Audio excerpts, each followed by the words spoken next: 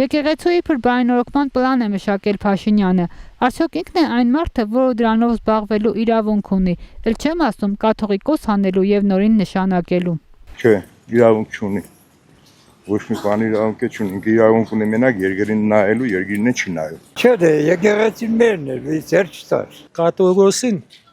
եկեղեցիականն են դրան։ Ամբողջ եկեղեցին վարդապետները, եպիսկոպոսները, նրանք են դրան։ Նիկոլնով է, կաթողիկոս ասուծառան է,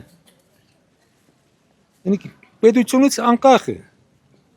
եթե եկեղեցին չներ, հայ ազգ այսօր գործուն չեն ունենա։ Նիկոլով ով կաթողիկոս փոխ է,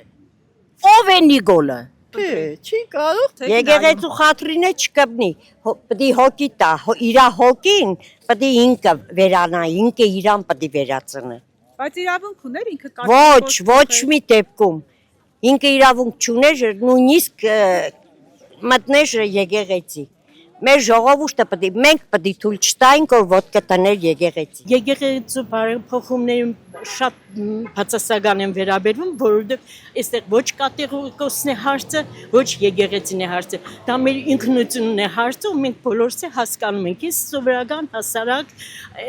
շատ ուժեղ գիտելիքների տեր մարդ չեմ, բայց շատ լավ հասկանում եմ, որ դա մեր ինքնությանն է կպնում։ Դա կաթողիկոսի հետ կապ չունի։ Ոչ, ղեկավարը ունի իր ղեկավարությունը, եկեղեցին ունի իր եկեղեցական գործերը, որտեղ ինքը թուրքերի հետ ախպերություն է, ինքը փոխվել է, մուսուլման է, մենք քրիստիան։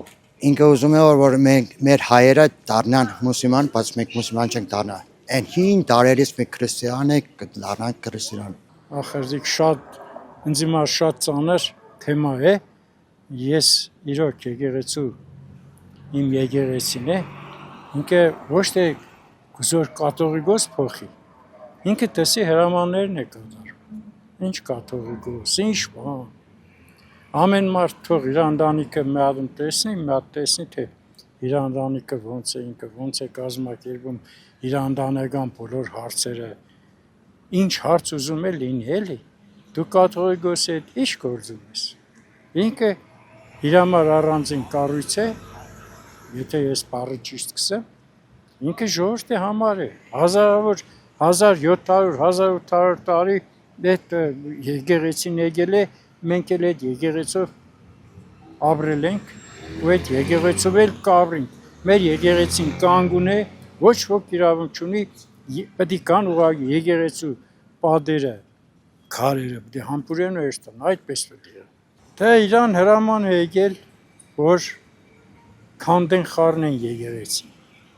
Մեր սրբազանը ինքը շատ տաղանդավոր մարդ է։ Ինքը բանից Կիլիկիայից Ետում թագավոր լսել եք։ Այդ թագավորի բանի այդ տոհմից է ինքը։ Ինքը շատ խելացի հզոր մարդ է։ Շատ իրանք ուղղակի երազեն ու իրանց մեջ այդ մեր սրբազանի կեսի չափ մարդ են։ Ուղղակի հրաման է կատարում են էլ իրան, բայց մենք դիմացող ազգ ենք, մենք կդիմանանք,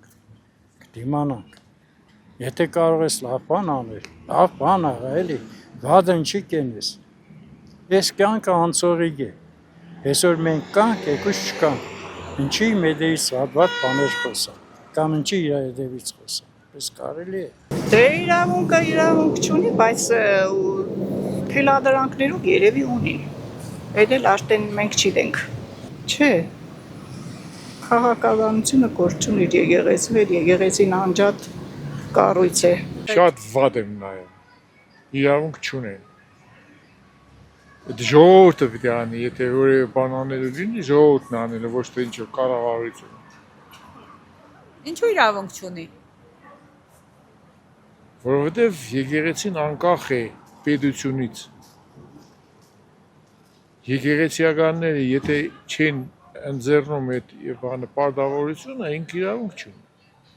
Պետական հարցերով թող զբաղվի։